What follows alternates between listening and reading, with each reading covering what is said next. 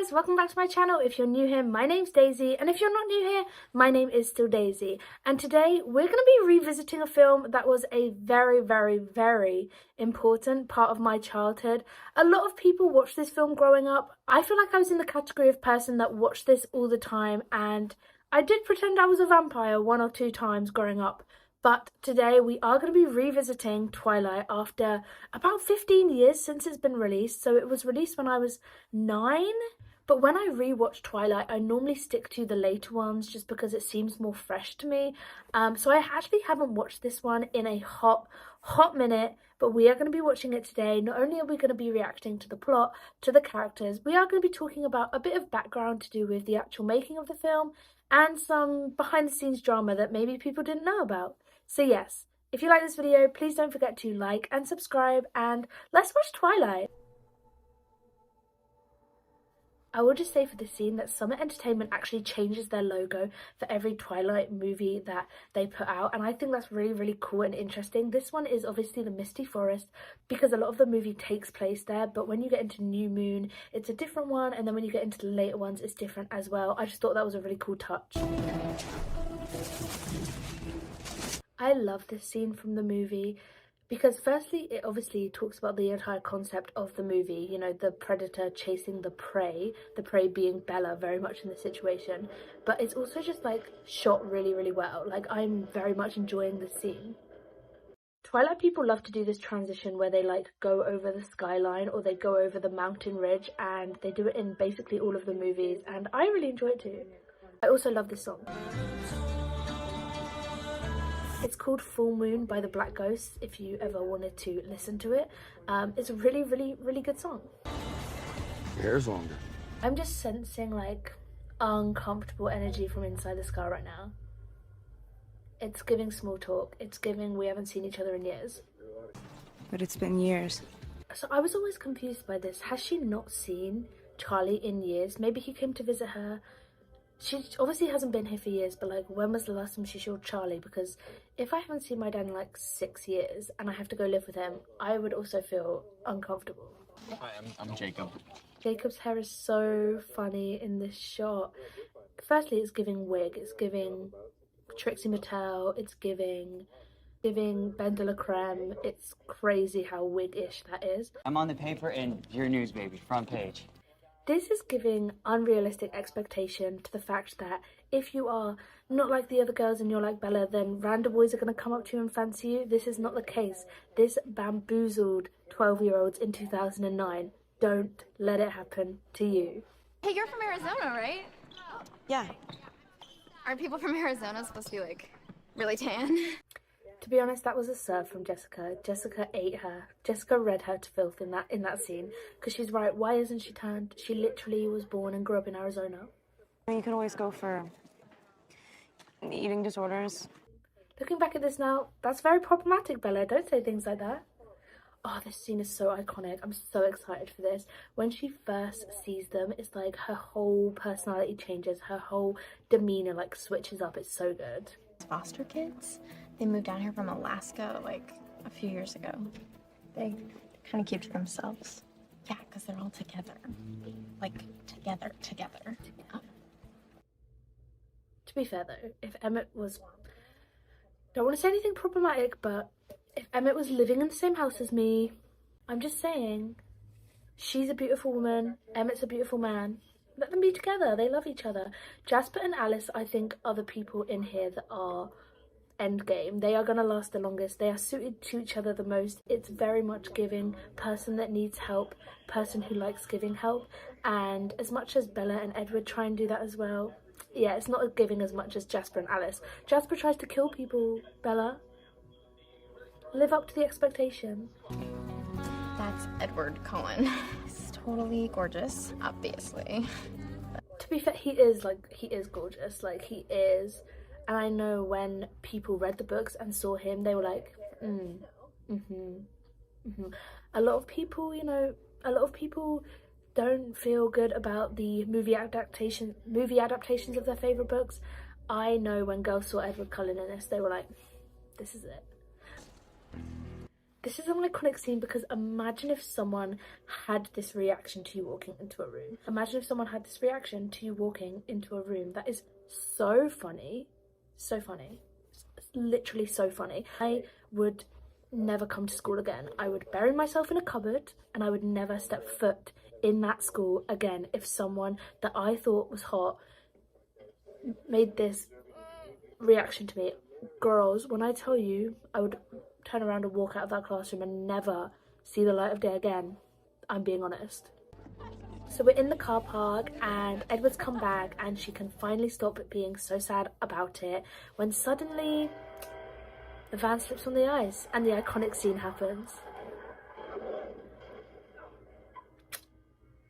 The way I've read so many fan fictions about this particular 10 seconds of scene, you would be surprised greatly by how in-depth people go about this scene in particular. I don't know why this scene, I mean I do know why, but this scene is very famous in the Twilight fanfic world.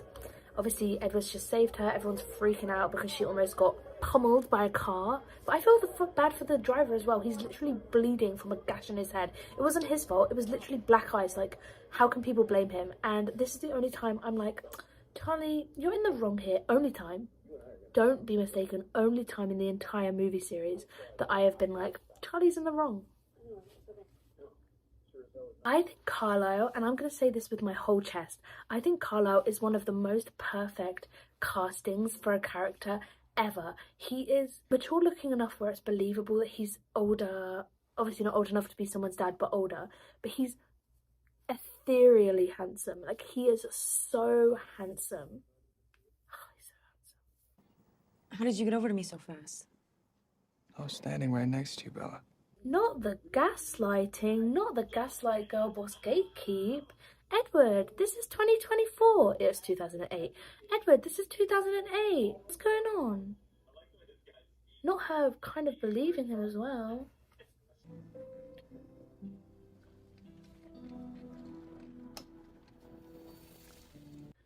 Why is he in her room then? Literally, why is he in her room? I forgot that he was in her room. I forgot that he goes into her room. And then when she catches him, he's like, I've only been doing it for a few months. A few months? A few months? No way. What if I'm not the hero? What if I'm the bad guy? He's telling you he's the bad You're guy, girl. not. Believe him. Literally believe him. You should believe him. Believe him. He's telling you he's bad. He's telling you he's not good. He's telling you he's the villain. Why are you still fawning after him? 12-year-old me, all over this plotline, all over this dialogue. 24-year-old me would have not gone near Edward with a 25 million foot barge pole. I also wouldn't go near Jacob, but that's a story for another day. I would go near Charlie, not at this age. In a legal sense, in a legally acceptable age, me and Charlie forever. If I was this age, it would be Booby Stewart, but me and Charlie forever. It's just a little crowded. I love the transition when he's like, it's a little bit crowded and there's 3 people on the beach. That is so funny. Bella. Hi. Do you want to know a fun fact? The guy in the middle is called Christopher Hyatt, I think. I think it's Christopher Hyatt. He was originally meant to be Jacob, but he refused to cut his hair for the second movie, and they basically said, if you want the role, you have to cut your hair for the second movie, and he refused to. So basically they dropped him because he refused to cut his hair because he's a Native American and it's part of his culture. He doesn't cut his hair, and they refused him. If he was Jacob, me as a teenager, if he was Jacob, let's just say, because Taylor Lautner himself, who plays Jacob, is not native, and if they had a native person playing Jacob, I just feel like it would have been so much better in general, but there are a lot of problems with native representation in this movie anyway. But yeah, I would have much preferred Christopher. Christopher is so cute, and they were going to cast out Jacob anyway, so I don't understand how he couldn't play Jacob in the first movie. Because they weren't going to keep the original Jacob on. They were going to change it. And Taylor Lautner only stayed Jacob because he got super in shape. Because he already knew that Jacob had got in shape because he'd read the books, and they had made him audition again after the first movie to like prove he could still be Jacob. So I don't know why they couldn't have just kept Christopher. Give me the Jacob that I deserve.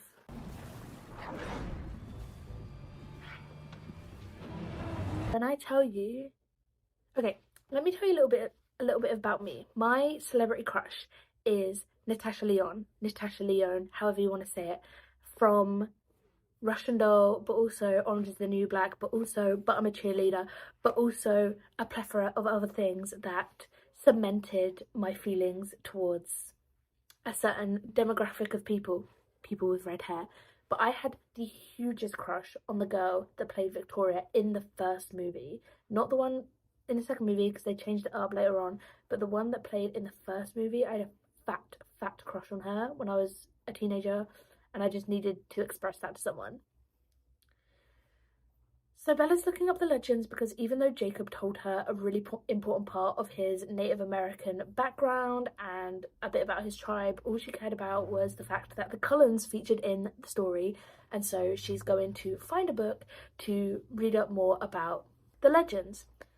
Now she's gone to school and Edward is not there. Where is Edward? And Jessica basically tells her that when it's sunny, the Cullens get taken out by Carlisle and Esme to do extracurricular activities, when we know the real reason they can't go because it's sunlight, and sunlight equals shine bright like a diamond. But yeah, they don't know that, so they tell them that they go out to do extra stuff.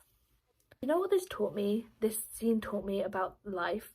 It taught me that the monster they can show me in this movie, no death, no monster, no violence will be as scary as a group of drunk men trying to intimidate a young girl. And that was very, very poignant and very much formed my opinions early on from just this scene. So Edward's Lewis Hamilton right now, and he's F1 driving into the scene. Can I just tell you, at first I'd be like, thank God someone's here to save me, but then I would do the exact same thing Bella did and be like, why are you here? How did you find me? Why are you following me? But Bella laps it up. She's like, you've been following me? Okay, I guess. Like, Bella, look at his behaviour and see it as toxic. Please don't look at his behaviour and see it as him fawning over you. I can't stress it enough, Bella. Please, you are almost a grown adult. Please, Bella. I can read every mind in this room, apart from yours. So Bella finds out in the scene that Edward can basically read everyone's mind apart from hers, and we don't know actually why this is until some of the last movies in the series, which is really, really cool because it's always this underlying thing of why is Bella different, why is Bella special, and this really plays into the fact that I personally think Bella as a character was born to be a vampire or born to be something supernatural because she has this like innate block on her mind which becomes her power later on. And I think that when Bella says she can feel wanting to be a vampire, like in herself, like innately she knows she's meant to be what she wants to become, I believe her. I fully believe her in this sense because she, from day dot, she's been like, I want to be with you forever, but I also want to be a vampire. I will sacrifice my entire family to be a vampire and every single person I've ever loved. So, questions, thoughts, comments? No? Okay.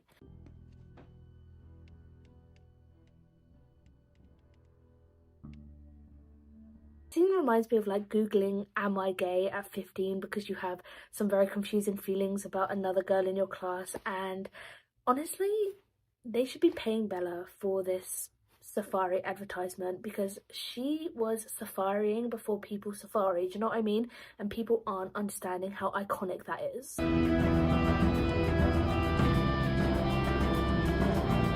Leading him up into the forest like that is it's so good to watch. She's about to tell him she knows his secret, and obviously she's going to be disgusted by it, right? Obviously she's going to like not want to be close to him because he is a monster, right? He's like a monster, manipulative, awful, been following her around, been watching her sleep, right?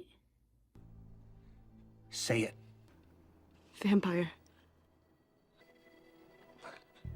You won't hurt me. Yes, he will. He literally will hurt you, and this is what you're not understanding, Bella. He is going to eat you for dinner, Bella. This is not love. To him, you are a juicy steak. Okay?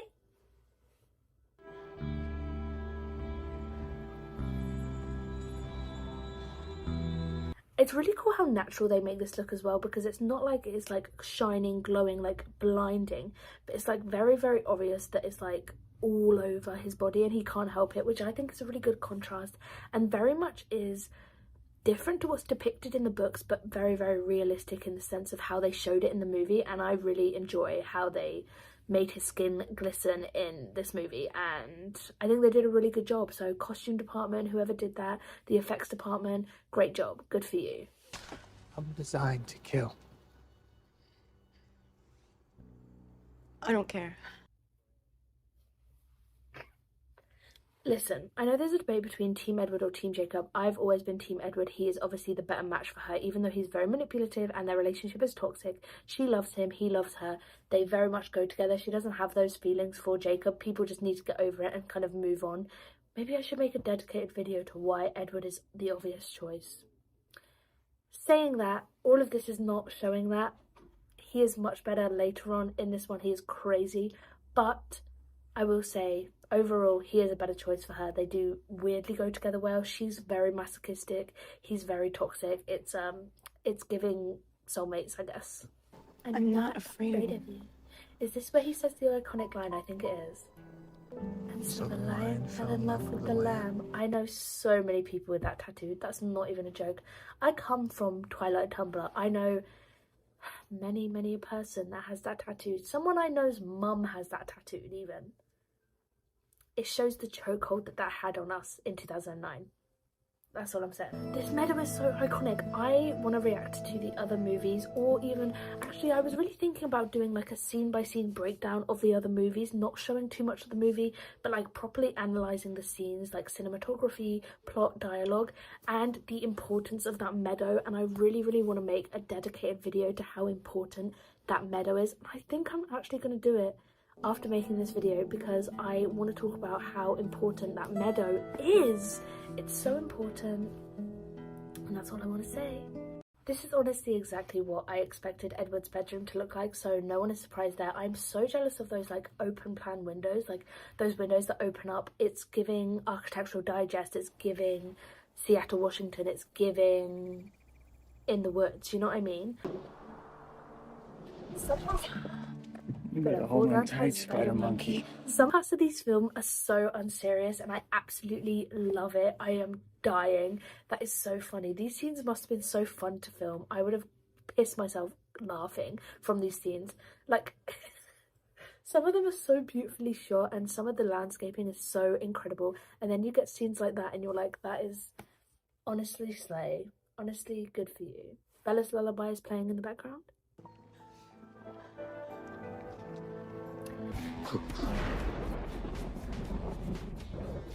It's time. Oh, this is such an iconic scene.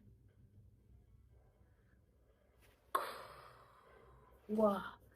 With supermassive black hole playing in the background as well. Are you kidding me? This is such an epic scene. This is the best scene in the first movie, especially. Maybe the entire series. I don't know. Hold Tight, Spider Monkey was pretty iconic. Okay, I'll make a decision later. You set my soul alight. Ooh, you set my soul. You brought a snack. A human? You can't tell me this was a serious scene. You can't tell me this was a serious scene. You can't. I'm sorry. You cannot tell me this was a serious scene, because imagine, oh my God, imagine trying not to laugh when doing this. Because what are they doing? That's all they're doing. Girl. I'm sure at this point they were either dating or talking to each other. Bella and Edward, the real actors, Robert and Kristen. That would give me, this would give me the biggest ick I have. If you bring anyone along, poor mommy would pay the price for that mistake. So Bella thought it would be really funny after the hunter was coming after her, after they said they were going to keep her safe, to go off on her own, because she, as a 17-year-old girl, can take on a hunter vampire, she can. And the fact she fell for that phone call and thought it was her mum's real voice when it was clearly a recording. What does she want us to do? Honestly, what does she want us to do? It's not my fault you're dim, Bella. It's not my fault you're dim. Honestly. So Edward's got to suck the venom out after James has bit her, and they're killing James, who's the hunter vampire. And honestly, the song they played during this is so iconic. I'll let a couple of seconds play out just so you can appreciate it. It's Let Me Sign by Robert Pattinson himself. I think he wrote it for Christian Stewart. Please let me know if I'm mistaken. But it's a brilliant song, and you should definitely add it to a playlist if you're feeling angsty one Wednesday rainy afternoon.